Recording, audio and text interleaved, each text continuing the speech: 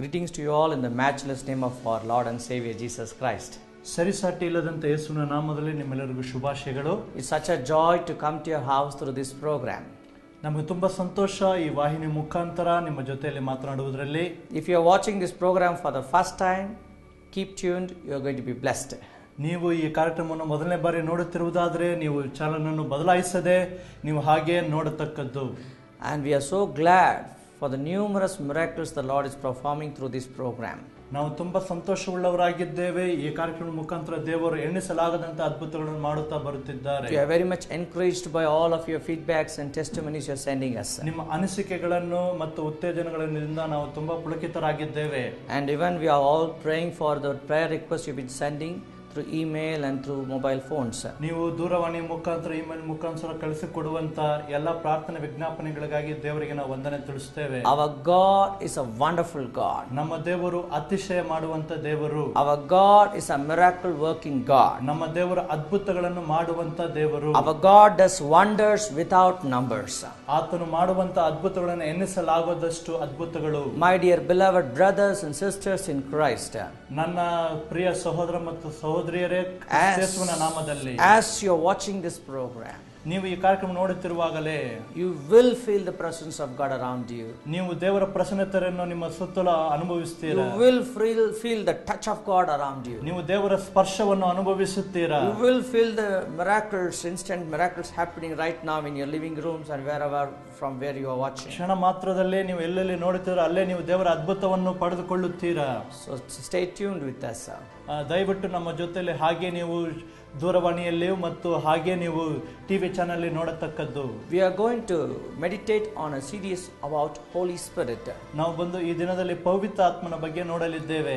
The 12 important roles of the Holy Spirit mentioned in the Gospel of John. ಈ ರೀತಿಯಾಗಿ ಪವಿತ್ರ ಆತ್ಮನು ಯೋಹನ ಸುವಾರ್ತೆಯಲ್ಲಿ ಏನೇನು ಆತನಿಗೆ ಕೊಡಲ್ಪಟ್ಟಿದೆ ಎಂಬುದಾಗಿ ನಾವು ನೋಡುತ್ತೇವೆ ಪವಿತ್ರ ಆತ್ಮನ ಬಗ್ಗೆ. 12 roles of the Holy Spirit which has been mentioned by Lord Jesus, recorded in the book of Gospels of John. ಅಂದ್ರೆ ಯೋಹನನ ಸುವಾರ್ತೆಯ ಪುಸ್ತಕದಲ್ಲಿ ಪವಿತ್ರಾತ್ಮನ 12 ಆತನಿಗೆ ಏನೇನು ಕೆಲಸಗಳು ಕೊಡಲ್ಪಟ್ಟಿದೆ ಎಂಬುದಾಗಿ. Out of the 12, 3 we will meditate through this episode. 12ರಲ್ಲಿ ನಾವು ಇವತ್ತು ಈ ಎಪಿಸೋಡ್ ಮುಖಾಂತರ 3 ನಾವು ನೋಡಲಿದ್ದೇವೆ. The remaining we will meditate on the following episodes. ಅದರ ನಂತರ ಉಳಿದಿರುವುದನ್ನು ಮುಂದೆ ಬರುವಂತ ಕಾರ್ಯಕ್ರಮದಲ್ಲಿ ವೀಕ್ಷಣೆ ಮಾಡಲಿದ್ದೇವೆ. I am very sure that you are going to be blessed and the Lord is going to strengthen your faith through this word. ನಾನು ನಿಶ್ಚಯವಾಗಿ ನಂಬುತ್ತೇನೆ ಈ ಕಾರ್ಯಕ್ರಮ ಮುಖಾಂತರ ನೀವು ಆಶೀರ್ವಾದ ಹೊಂದುತ್ತೀರಾ ಎಂಬುದಾಗಿ. In the days of Father, people neglected Father. ಆ ದಿನಗಳಲ್ಲಿ ತಂದೆಯಾದಂತಹ ದೇವರನ್ನು ಅವರು ನಿರ್ಲಕ್ಷ್ಯ ಮಾಡಿದರು. In the days of our Lord Jesus Christ, Sadducees and Pharisees neglected his ministry and his role. ಅಂದ್ರೆ ಯೇಸು ಕ್ರಿಸ್ತನು ಈ ಭೂಮಿಯಲ್ಲಿ ಇದ್ದಾಗ ಆತನ ಸೇವೆಯನ್ನು ಪಾರಿಸಿಯರು ಮತ್ತು ಸದುಸೇಯರು ಅವರು ತಿರಸ್ಕಾರ ಮಾಡಿದರು. Even now, as we are in the days of the Holy Spirit, there are many who are opposing the work and the ministry of the Holy Spirit. ಅಂದ್ರೆ ಈ ದಿನದಲ್ಲಿ ಅನೇಕರು ಬಂದು ಪವಿತ್ರಾತ್ಮನ ಕ್ರಿಯೆ ಮತ್ತು ಸೇವೆಗಳ ಬಗ್ಗೆ ವಿರುದ್ಧವಾಗಿ ಮಾತನಾಡುತ್ತಾರೆ. Dear friends, I want to tell you that ನಿಜವಾದಂತ ಸ್ನೇಹಿತರೆ, ನಿಮಗೆ ಒಂದು ಸಂಗತಿಯನ್ನು ಹೇಳಲು ಇಷ್ಟಪಡುತ್ತೇನೆ. these are the days of the Holy Spirit. ಈ ದಿನಗಳು ಪವಿತ್ರಾತ್ಮನ ದಿನಗಳು. He is preparing the body of Christ to get raptured. ಹಂಗಂದ್ರೆ ದೇವರು ನಮ್ಮನ್ನು ಸಿದ್ಧಗೊಳಿಸುತ್ತಿದ್ದಾನೆ ಆತನೊಂದಿಗೆ ನಮ್ಮನ್ನು ಕರೆದೊಯ್ಯುವುದಕ್ಕಾಗಿ. Holy Spirit is preparing his body for his second coming of Christ.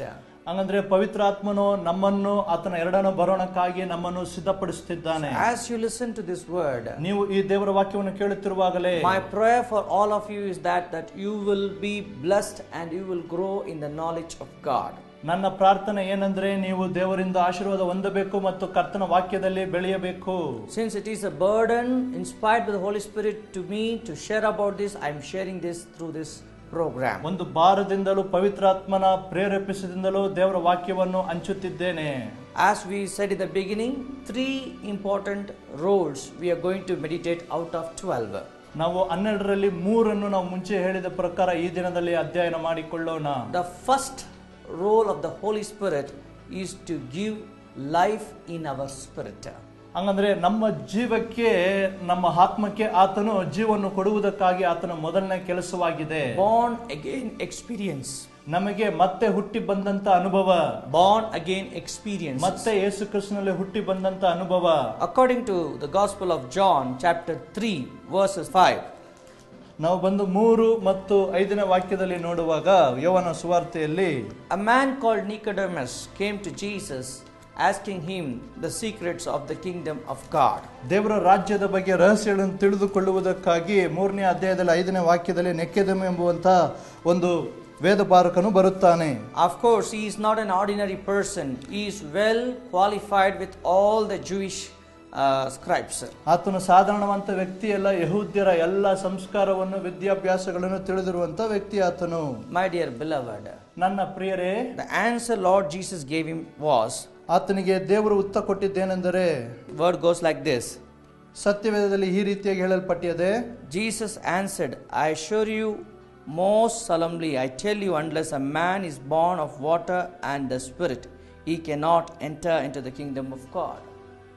ನೀವು ನಿಜವಾಗಿಯೂ ಹೇಳುತ್ತೇನೆ, ಒಬ್ಬನು ನೀರಿನಿಂದಲೂ ಆತ್ಮನಿಂದಲೂ ಹುಟ್ಟದೆ ಹೋದರೆ ದೇವರ ರಾಜ್ಯಕ್ಕೆ ಸೇರಲಾರನು. Born again experience. ಅಂದ್ರೆ ಮತ್ತೆ ಹುಟ್ಟಿ ಬರುವಂತಹ ಅನುಭವ.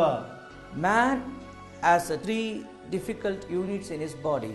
ಅಂದ್ರೆ ಮನುಷ್ಯನಲ್ಲಿ 3 ವ್ಯತ್ಯಾಸಕರವಾದಂತಹ ಕ್ರಿಯೆಗಳು ಮನುಷ್ಯನಲ್ಲಿ ಅದೇ. Outer shell is a body which functions with the 5 senses.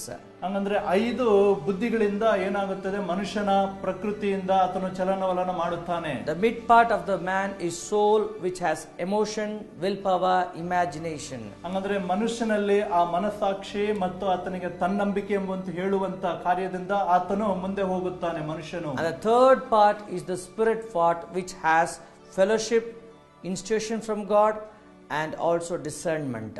ಹಂಗಂದ್ರೆ 3ನೇದಾಗಿ ಹೇಳುವಾಗ ಆತ್ಮದಿಂದ ಆತನು ದೇವರ ಶಕ್ತಿಯನ್ನು ತಿಳಿದುಕೊಳ್ಳುತ್ತಾನೆ. ಅಂದ್ರೆ ದೇವರ ಆಲೋಚನೆ ಪರಿಗಣಿಸಲು ಆತನಿಗೆ ಉತ್ತೇಜನವಾಗುತ್ತದೆ. The first man, Adam, when disobeyed God's voice, he came to a situation where his spirit was dead. ಹಂಗಂದ್ರೆ ಮೊದಲನೇ ಆದಾಮನಿಗೆ ಆತನು ಗ್ರಹಿಸಿಕೊಳ್ಳುತ್ತಾನೆ, ನಾನು ಎಲ್ಲಿ ಸತ್ತಿದ್ದೇನೆ ಎಂಬುದಾಗಿ. That's why he couldn't have constant relationship with God Almighty. ದೇವರಿಗೆ ವಿಧೇಯರಾಗದ ಕಾರಣದಿಂದ ಆತನು ಅಲ್ಲಿ ಬಿದ್ದು ಹೋದನು ಎಂಬುದಾಗಿ ನಾವು ನೋಡುತ್ತೇವೆ. The last Adam, Lord Jesus Christ, came to this earth to restore that relationship. ಹಂಗಂದ್ರೆ ಕಡೆ ಆದಾಮನಾಗಿರುವಂತ ಯೇಸು ಸ್ವಾಮಿ ಕಳೆದು ಹೋದಂತ ಸಂಬಂಧವನ್ನು ಮತ್ತೆ ಒಂದುಗೂಡಿಸುವುದಕ್ಕಾಗಿ ಯೇಸು ಕ್ರಿಸ್ತನು ಬಂದನು. The moment you believe on the finished work of God, finished work of Lord Jesus, your spirit is resurrected. ಹಂಗಂದ್ರೆ ಆತನ ಎಲ್ಲ ಕೆಲಸವನ್ನು ಮಾಡಿ ಮುಗಿಸಿದ ನಂತರ ಆತನ ಆತ್ಮವು ಮತ್ತೆ ಉಜ್ಜೀವಿಸಲ್ಪಟ್ಟಿತು. If you and me would believe on the finished work of Lord Jesus Christ, ನಾನು ನೀವು ಬಂದು ಆತನ ಎಲ್ಲ ಕೆಲಸ ಮುಗಿಯಿತು ಎಂಬುದಾಗಿ ನಂಬುವಾಗ ನಾವು ಅದೇ ರೀತಿಯಾಗಿ ಉಜ್ಜೀವಿಸಲ್ಪಡ್ತೇವೆ. It opens the door for the resurrection of our spirit. ನಮ್ಮ ಆತ್ಮಗಳಿಗೆ ಆತನು ಪುನರುತ್ಥಾನ ಶಕ್ತಿ ಹೊಂದುವಂತೆ ಬಾಗಿಲನ್ನು ತೆರೆಯುತ್ತಾನೆ. It is the work of the Holy Spirit. ಇದು ಪವಿತ್ರಾತ್ಮನ ಕೆಲಸವಾಗಿದೆ. That's what Jesus says in John chapter 3 verses 3 and 5. ಅದರಲ್ಲೇ ಯೋಹನ ಸುವಾರ್ತೆ 3 ಮತ್ತು 5ರಲ್ಲಿ ಯೇಸು ಸ್ವಾಮಿ ಹೇಳುತ್ತಾರೆ, My dear beloved brothers in Christ, ನನಗೆ ಪ್ರಿಯವಾದಂತ ಕ್ರಿಸ್ತನಲ್ಲಿ ಪ್ರಿಯರೇ, beloved sister, brother, children in Christ, ಸಹೋದರ ಮತ್ತು ಸಹೋದರಿಯೇ, ಕ್ರೈಸ್ತರಲ್ಲಿರುವಂತ ಮಕ್ಕಳೇ, we are born again not because of what we have been doing. ನಾವು ಏನು ಮಾಡುತ್ತಿದ್ದೇವೆ ಎಂಬುದಾಗಿ ನಾವು ರಕ್ಷಣೆ ಹೊಂದಲಿಲ್ಲ. We are not been saved because of our good deeds. ನಮ್ಮ ಒಳ್ಳೆ ಸತ್ಕ್ರಿಯೆಗಳಿಂದ ನಾವು ಏನು ರಕ್ಷಣೆ ಹೊಂದಲಿಲ್ಲ. We have been saved by the grace of Lord Jesus Christ. ನಾವು ಕರ್ತನಾದ ಯೇಸು ಕ್ರಿಸ್ತನ ಕೃಪೆಯಿಂದಲೇ ರಕ್ಷಣೆ ಹೊಂದಿದ್ದೇವೆ. By believing his finished work. ನಾವು ನಂಬುತ್ತೇವೆ ಆತನು ನಮಗಾಗಿ ಎಲ್ಲವನ್ನು ಮಾಡಿ ಮುಗಿಸಿದನು. And because of that our spirit has got life to connect with God. ಆದುದರಿಂದಲೇ ನಮ್ಮ ಆತ್ಮಕ್ಕೆ ಒಂದು ಸಂಬಂಧ ಉಂಟಾಯಿತು, ಆತನೊಂದಿಗೆ ಸಂಪರ್ಕಗೊಳ್ಳುವಂತೆ, to have fellowship with God, ಆತನೊಂದಿಗೆ ಐಕ್ಯಗೊಳ್ಳುವಂತೆ, to understand the voice of God. ಅಂದ್ರೆ ದೇವರ ಮಾತುಗಳನ್ನು ಅರ್ಥ ಮಾಡಿಕೊಳ್ಳುವಂತೆ. This is the very entry point to the spiritual life. ಇದು ತುಂಬಾ ಪ್ರಾಮುಖ್ಯವಾದದ್ದು. ಅಂದ್ರೆ ಆತ್ಮಿಕ ಜೀವಿತದೊಳಗೆ ನಾವು ಹೋಗುವುದಕ್ಕೆ ಇದು ಮುಖ್ಯ ಅವಶ್ಯವಾದದ್ದು. Many wants to have encounter with God, and they go on through and fro into the world. ದೇವರೊಟ್ಟಿಗೆ ಮಾತನಾಡಬೇಕೆಂಬುದಾಗಿ ಅನೇಕರು ಬಂದು ಅನೇಕ ಕೆಲಸಗಳನ್ನು ಮಾಡಿ ನಂತರ ಲೋಕದ ಕೆಲಸಗಳನ್ನು ಮಾಡುತ್ತಾ ಬರುತ್ತಿರುತ್ತಾರೆ. They go up and down to the mountains and different places in the world to experience God. ಅವರು ದೇವರ ಅನುಭವವನ್ನು ಪಡೆಯಬೇಕೆಂಬುದಾಗಿ ಅಲ್ಲಿ ಅನೇಕ ಸಾರಿ ಎಲ್ಲೆಲ್ಲೋ ಹೋಗುತ್ತಾರೆ ಮತ್ತು ಬೆಟ್ಟಗಳನ್ನು ಹತ್ತುತ್ತಾರೆ, ಇಳಿಯುತ್ತಾರೆ, ಅನೇಕ ಪ್ರಯತ್ನಗಳನ್ನು ಮಾಡುತ್ತಾರೆ. But still they are not satisfied. ಆದರೂ ಅವರಿಗೆ ಸಂತೃಪ್ತಿ ಇಲ್ಲ. They keep searching. ಅವರು ಮತ್ತೆ ದೇವರನ್ನು ಹುಡುಕುತ್ತಾ ಬರುತ್ತಾರೆ. But when you and me believe the finished work of Lord Jesus Christ, Spirit of God gives us connection to get connected to the God Almighty. ನೀವುಗಳು ಮತ್ತು ದೇವರು ನಮಗಾಗಿ ಎಲ್ಲವನ್ನು ಮಾಡಿ ಮುಗಿಸಿದ್ದಾನೆ ಎಂಬುದಾಗಿ ನಂಬುವಾಗ ನಮ್ಮ ಆತ್ಮದೊಂದಿಗೆ ಪವಿತ್ರಾತ್ಮನು ನಮಗೆ ಒಂದು ಸದಾವಕಾಶ ಕೊಡುತ್ತಾನೆ ಆತನೊತ್ತಿಗೆ ಸಂಪರ್ಕಗೊಳ್ಳುವುದಕ್ಕೆ. People who are watching this program, if you have not opened your heart to our Lord and Savior Jesus Christ, this is the right time to accept Him as your personal Savior. ಈ ಕಾರ್ಯಕ್ರಮವನ್ನು ವೀಕ್ಷಣೆ ಮಾಡುತ್ತಿರುವಂತ ಸಹೋದರ ಸಹೋದರಿಯೇ, ನೀವು ಎಲ್ಲಿವರೆಗೂ ಯೇಸು ಸ್ವಾಮಿ ನಿಮ್ಮ ಹೃದಯವನ್ನು ಕೊಡದೇ ಇರುವಂತ ಪಕ್ಷದಲ್ಲಿ ಇದು ತುಂಬಾ ಸದಾವಕಾಶವಾದಂತ ಸಮಯ. ಈಗಲೇ ನಿಮ್ಮ ಹೃದಯವನ್ನು ಯೇಸು ಸ್ವಾಮಿಗೆ ಸಮರ್ಪಿಸಿರಿ. The moment you give your heart as an offering to God, you are born again and you are connected and you become a child of God. ನಿಮ್ಮ ಹೃದಯವನ್ನು ದೇವರಿಗೆ ಕಾಣಿಕೆಯಾಗಿಯೂ ಮತ್ತು ದೇವರ ಮಕ್ಕಳಾಗುವಂತೆ ನಿಮ್ಮನ್ನೇ ನೀವು ದೇವರಿಗೆ ಅರ್ಪಿಸಿರಿ. The second blessedness of Holy Spirit is, ಎರಡನೆಯದಾಗಿ ಪವಿತ್ರಾತ್ಮನ ಆಶೀರ್ವಾದಕರವಾದಂತ ಕ್ರಿಯೆ ಏನೆಂದರೆ, He gives a life in Christ. ನಮಗೆ ಕ್ರಿಸ್ತನಲ್ಲಿ ಜೀವವನ್ನು ಕೊಟ್ಟಿದ್ದಾನೆ. He gives us a new life. ನಮಗೆ ಒಂದು ನೂತನ ಜೀವನವನ್ನು ಕೊಟ್ಟಿದ್ದಾನೆ. He gives us a life according to the likeness of Christ. ಅಂದ್ರೆ ಕ್ರಿಸ್ತನಲ್ಲಿ ಹೇಗೆ ಇದೆಯೋ ಅದೇ ರೀತಿಯಾಗಿ ಅದೇ ಜೀವವನ್ನು ನಮಗೂ ಸಹ ಕೊಟ್ಟಿದ್ದಾನೆ. John chapter 6 verse 63 says like this. 6ನೇ ಅಧ್ಯಾಯ ಯೋಹನ ಸುವಾರ್ತೆ 63ನೇ ವಾಕ್ಯ ಹೇಳಲ್ಪಡುತ್ತದೆ. It is the Spirit who gives life. The flesh conveys no benefit. Whatever the word, truth that I have been speaking to you are spirit and life. ಬದುಕಿಸುವಂತದ್ದು ಆತ್ಮವೇ, ಮಾಂಸವು ಯಾವುದಕ್ಕೂ ಬರುವುದಿಲ್ಲ. ನಾನು ನಿಮಗೆ ಹೇಳಿರೋ ಮಾತುಗಳೆಂದರೆ ಆತ್ಮವಾಗಿ ಜೀವವಾಗಿಯೂ ಅವೇ. Holy Spirit gives us a new life in Christ. ಪವಿತ್ರಾತ್ಮನು ನಮಗೆ ಕ್ರಿಸ್ತೇಸುವಿನಲ್ಲಿ ಹೊಸ ಜೀವವನ್ನು ಕೊಟ್ಟಿದ್ದಾನೆ. So that the old life which is full of fleshly deeds passes by. ಹಂಗಂದ್ರೆ ಹಳೆ ಶರೀರವಾದದ್ದು ಎಲ್ಲವೂ ಮಾಂಸವಾದ ಕ್ರಿಯೆಗಳು ಎಲ್ಲವೂ ಕಳೆದು ಹೋಯಿತು, ಎಲ್ಲವೂ ನೂತನವಾಯಿತು. Before we are connected to God, we were living according to the desire of our flesh. ನಾವು ಯೇಸು ಸ್ವಾಮಿಯೊಂದಿಗೆ ನಾವು ಮುಂಚೆ ಬರುವುದಕ್ಕೆ ಇರುವಾಗ ಏನಾಗಿತ್ತಂದ್ರೆ ನಾವು ತುಂಬಾ ಮಾಂಸಿಕವಾಗಿಯೂ ಶಾರೀರಿಕವಾಗಿಯೂ ಕ್ರಿಯೆಯಿಂದ ನಾವು ಒಳಪಟ್ಟಿದ್ದೆವು. We thought whatever our 5 senses would institute us. ನಮಗೆ ಆ 5 ಬುದ್ಧಿಶಕ್ತಿ ಏನೇನು ಹೇಳುತ್ತದೆ ಅದು ಮಾತ್ರವೇ ನಾವು ಮಾಡುತ್ತಿದ್ದೆವು. We saw whatever it 5 senses instructed us.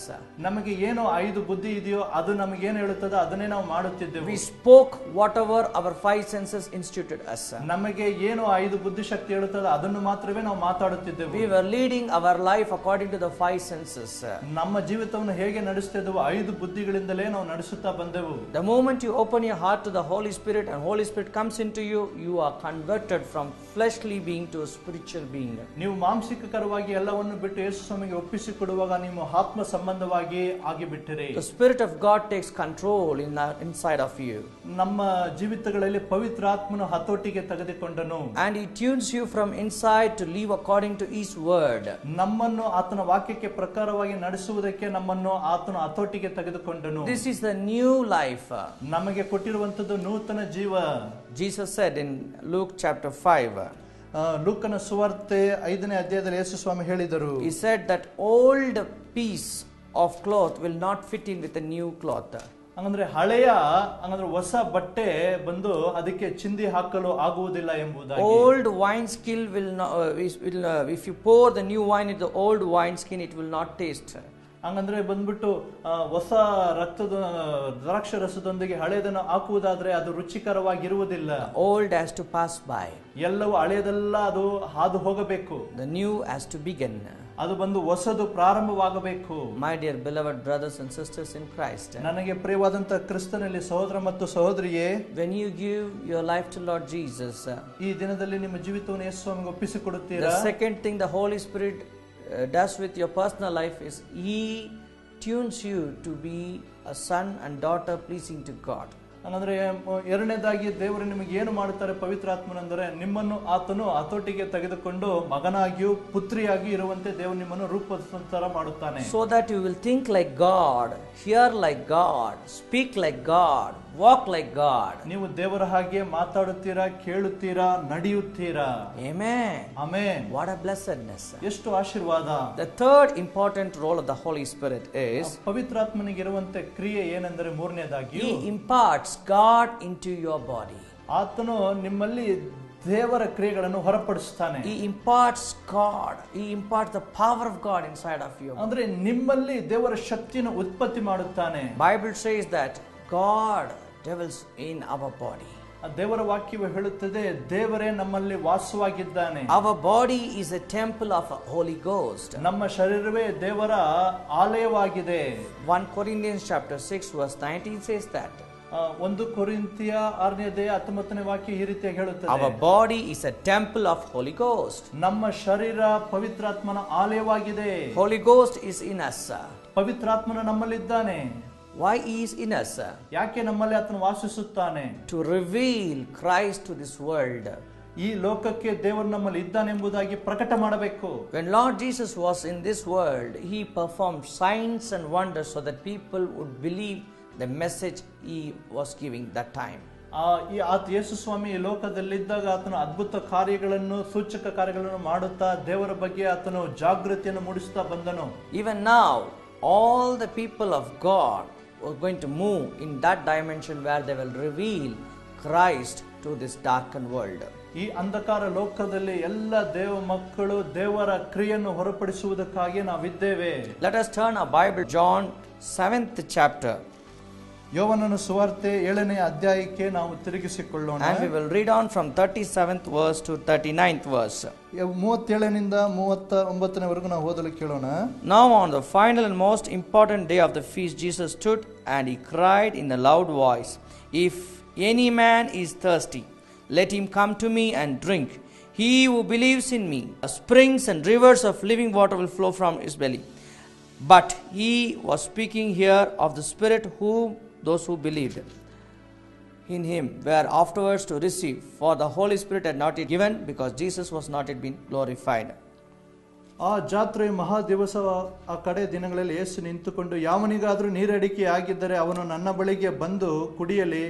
ನನ್ನನ್ನು ನಂಬಿದವನ ಹೊಟ್ಟೆ ಒಳಗಿಂದ ಶಾಸ್ತ್ರದಲ್ಲಿ ಹೇಳುವ ಪ್ರಕಾರ ಜೀವಕರವಾದಂಥ ನೀರಿನ ಹೊಳೆಗಳು ಹರಿಯುವವು ಎಂದು ಕೂಗಿ ಹೇಳಿದನು. ಇದನ್ನು ಯೇಸು ತನ್ನನ್ನು ನಂಬಿದವರು ಹೊಂದಲಿರುವ ಪವಿತ್ರಾತ್ಮವನ್ನು ಕುರಿತು ಹೇಳಿದನು. ಆತನು ಇನ್ನೂ ತನ್ನ ಮಹಿಮೆಯನ್ನು ಪದವಿಯನ್ನು ಹೊಂದದೇ ಇದ್ದ ಕಾರಣ ಪವಿತ್ರಾತ್ಮನವರು ಇನ್ನೂ ಬಂದಿರಲಿಲ್ಲ. Amen. Amen. He's talking about the infilling of the Holy Ghost. ಅಲ್ಲಿ ಆತನು ಏನು ಹೇಳುತ್ತಾನೆ ಅಂದ್ರೆ ಪವಿತ್ರಾತ್ಮನಿಂದ ತುಂಬಿಸಲ್ಪಟ್ಟಿರೋದ್ರ ಬಗ್ಗೆ ಹೇಳುತ್ತಾನೆ. Impartation of the Holy Ghost. ಅಂದ್ರೆ ಪವಿತ್ರಾತ್ಮನ ಬಗ್ಗೆ ಆತನು ಹೇಳುತ್ತಾನೆ.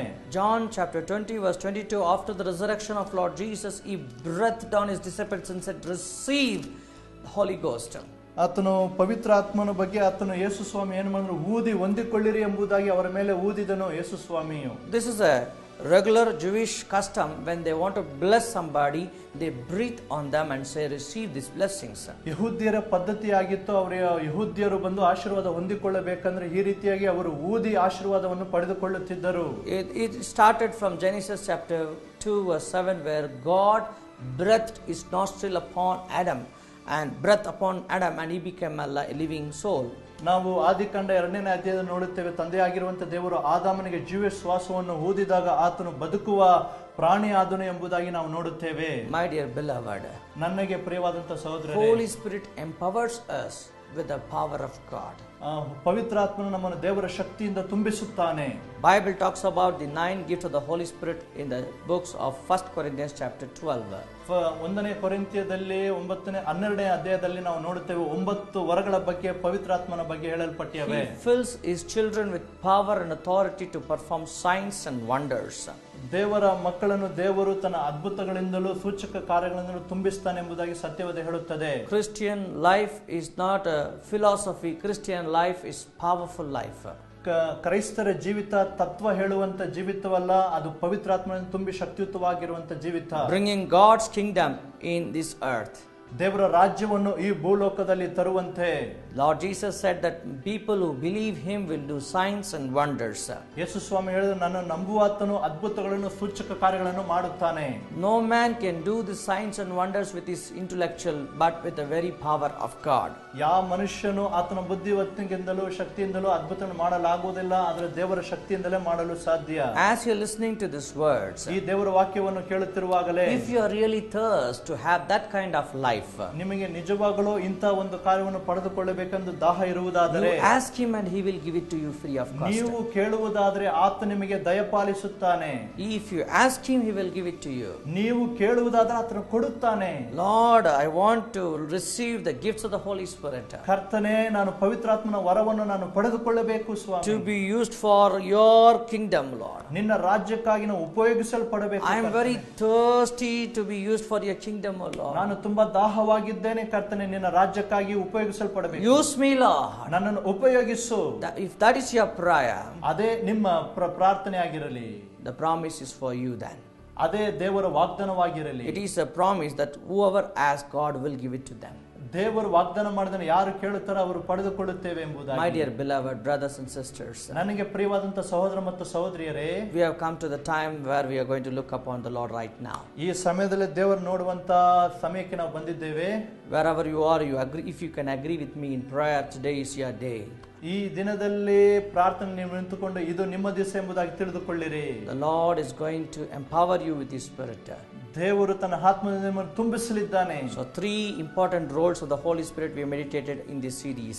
ಈ ಸೀರೀಸ್ ಅಲ್ಲಿ ಬಂದು ನಾವು 3 ಪವಿತ್ರಾತ್ಮನ ಕ್ರಿಯೆ ಬಗ್ಗೆ ನೋಡಿದ್ದೇವೆ. First, He gives us born again experiences. ನಮಗೆ ಮೊದಲನೇದಾಗಿ ಆತನು ಮತ್ತೆ ಹುಟ್ಟಿ ಬರುವಂತ ಅನುಭವವನ್ನು ಕೊಡುತ್ತಾನೆ. Second, He gives us a brand new life in Christ. ನಮಗೆ ಕ್ರಿಸ್ತೇಸುವಿನಲ್ಲಿ ಹೊಸ ನೂತನ ಜೀವಿತವನ್ನು ಕೊಡುತ್ತಾನೆ. Number 3, ಮೂರನೇದಾಗಿಯೂ He empowers us with the power of God. ಆತನು ಮೂರನೇದಾಗಿ ಆತನ ಶಕ್ತಿಯಿಂದ, ಪವಿತ್ರ ಶಕ್ತಿಯಿಂದ ನಮ್ಮ ತುಂಬಿಸ್ತಾನೆ. Where we walk in fullness of Christ with God possessed in this earth. ಈ ಲೋಕದಲ್ಲಿ ನಾವು ಪವಿತ್ರಾತ್ಮನಿಂದ ತುಂಬಿ ನಡೆಯುವಂತೆ ಆತನು ನಮಗೆ ಕೃಪೆ ಮಾಡುತ್ತಾನೆ. Shall we pray? ನಾವು ಪ್ರಾರ್ಥಿಸೋಣ. Father, we come to you, have some presence this wonderful time. ಕರ್ತನೇ, ಭಯಂಕರವಾದ ಪ್ರಸನ್ನತೆಯಿಂದ ನಿಮ್ಮ ಜೊತೆಯಲ್ಲಿ ಬಂದಿದ್ದೇವೆ ಸ್ವಾಮಿ. Thank you, Lord, for speaking to us from your through this channel. ಕರ್ತನೇ, ಈ ಕಾರ್ಯಕ್ರಮ ಮುಖಾಂತರ ನಮ್ಮ ಜೊತೆಯಲ್ಲಿ ಮಾತನಾಡೋದಕ್ಕಾಗಿ ಸ್ತೋತ್ರ.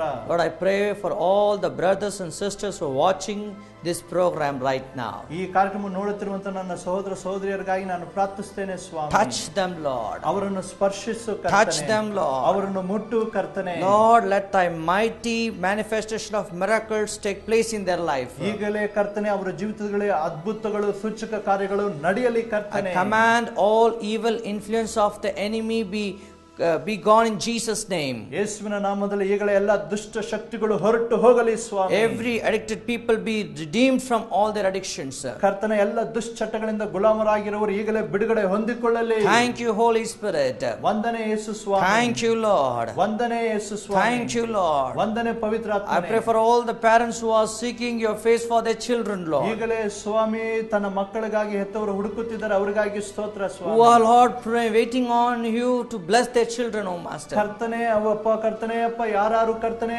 ಆಶೀರ್ವಾದಕ್ಕಾಗಿ ತವಕ ಪಡ್ತಾರೆ ಅವರನ್ನು ಆಶೀರ್ವದಿಸು ಕರ್ತನೇ. Lord, people who are praying for their partners. ಕರ್ತನೇ, ಯಾರು ತನ್ನ ಸಹಕಾರಕ್ಕಾಗಿ ಜೊತೆಗಾರಗಾಗಿ ಪ್ರಾರ್ಥನೆ ಮಾಡುತ್ತಿದ್ದಾರೆ, praying for their future plans. ಕರ್ತನೇ, ಭವಿಷ್ಯದ ಯೋಜನೆಗಾಗಿ ಪ್ರಾರ್ಥನೆ ಮಾಡುತ್ತಿದ್ದಾರೆ, praying for the financial blessings. ಕರ್ತನೇ ಅಪ್ಪ, ಆರ್ಥಿಕವಾದ ಆಶೀರ್ವಾದಗಳಿಗಾಗಿ I pray for each one of them right now. ಅವರೊಬ್ಬೊಬ್ಬರಿಗಾಗಿ ಪ್ರಾರ್ಥಿಸುತ್ತೇನೆ in the name of Jesus. ಯೇಸುವಿನ ನಾಮದಲ್ಲಿ let miracle happen. ಈಗಲೇ ಅದ್ಭುತ ನಡೆಯಲಿ. Let the miracle take place right now. ಈಗಲೇ ಅದ್ಭುತಗಳು ನಡೆಯಲಿ. Let the mighty power of Lord Jesus ಶಕ್ತಿಯುತವಾದಂತ ಪವಿತ್ರಾತ್ಮನ ಶಕ್ತಿಗಳು bring that blessings from above to their lives. ಈಗಲೇ ಮೇಲಿನಿಂದ ಒಂದು ಆಶೀರ್ವಾದ ಅವರಿಗೆ ಬರಲಿ ಸ್ವಾಮಿ. Thank you, Lord, for ministering to them. ಕರ್ತನೇ, ಅವರಿಗಾಗಿ ನೀನು ಕ್ರಿಯೆ ನಡೆಸುವುದಕ್ಕಾಗಿ ಸ್ತೋತ್ರ. Thank you, Lord, for touching their lives. ಅವರನ್ನು ಮುಟ್ಟಿದ್ದಕ್ಕಾಗಿ ಸ್ತೋತ್ರ. Thank you, Lord, for transformation in their lives. ಅವರಿಗೆ ರೂಪಾಂತರ ಕೊಟ್ಟಿದ್ದಕ್ಕಾಗಿ ಸ್ತೋತ್ರ. Thank you, Lord, that you are healing the sickness from the top of the head to the sole of the feet. ಈಗಲೇ ಸ್ವಾಮಿ, ತಲೆಯಿಂದ ಅಂಗಲವರೆಗೆ ಇರುವಂತ ಎಲ್ಲ ರೋಗಗಳನ್ನು ನೀನು ವಾಸಿ ಮಾಡಿದ್ದಕ್ಕಾಗಿ ಸ್ತೋತ್ರ. In the name of Jesus. ಈಗ ಯೇಸು ಸ್ವಾಮಿ ನಾಮದಲ್ಲಿ, in the name of Jesus, ಯೇಸುವಿನ ನಾಮದಲ್ಲಿ, let them receive this healing touch from throne room right now. ಈಗಲೇ ಸ್ವಾಮಿ, ನಿನ್ನಿಂದ ಅವರು ಸ್ಪರ್ಶವನ್ನು ಹೊಂದಿಕೊಳ್ಳಲಿ ಸ್ವಾಮಿ. Thank you for healing them. ಅವರನ್ನು ಮುಟ್ಟಿ ಸೌಖ್ಯಪಡಿಸಿದಕ್ಕಾಗಿ ಸ್ತೋತ್ರ. We give you glory and praise. ನಿಮಗೆ ಸ್ತುತಿಗಣ ಮಹಿಮೆ. In Jesus' name. ಯೇಸುವಿನ ನಾಮದಲ್ಲಿ. Amen. Amen. My dear beloved brothers and sisters in Christ. ನನ್ನ ಪ್ರಿಯವಾದಂತ ಸಹೋದರ ಮತ್ತು ಸಹೋದರಿಯರೇ, hope you have been blessed through this program. ನೀವು ನಂಬಿಕೊಳ್ಳಿರಿ, ಈ ಕಾರ್ಯಕ್ರಮ ಮುಖಾಂತರ ಆಶೀರ್ವಾದ ಹೊಂದಿದ್ದೇನೆ ಎಂಬುದಾಗಿ. Watch this program through the same channel. ಈ ಕಾರ್ಯಕ್ರಮವನ್ನು ನೀವು ಮತ್ತೆ ಮತ್ತೆ ಇದೇ ಚಾನೆಲ್ ಮುಖಾಂತರ ನೀವು ನೋಡಿರಿ, ಆಶೀರ್ವಾದವನ್ನು ಪಡೆದುಕೊಳ್ಳಿರಿ. Send us your prayer request. ನಿಮ್ಮ ಪ್ರಾರ್ಥನೆ ವಿಜ್ಞಾಪನೆ ನಮಗೆ ಕಳಿಸಿಕೊಡ್ರಿ. May the grace of the Lord be upon you forever and ever. ದೇವರ ಕೃಪೆ ನಿಮಗೆ ಸದಾ ಕಾಲವೂ ಇರಲಿ. Amen. ಆಮೆನ್. Amen. ಆಮೆನ್.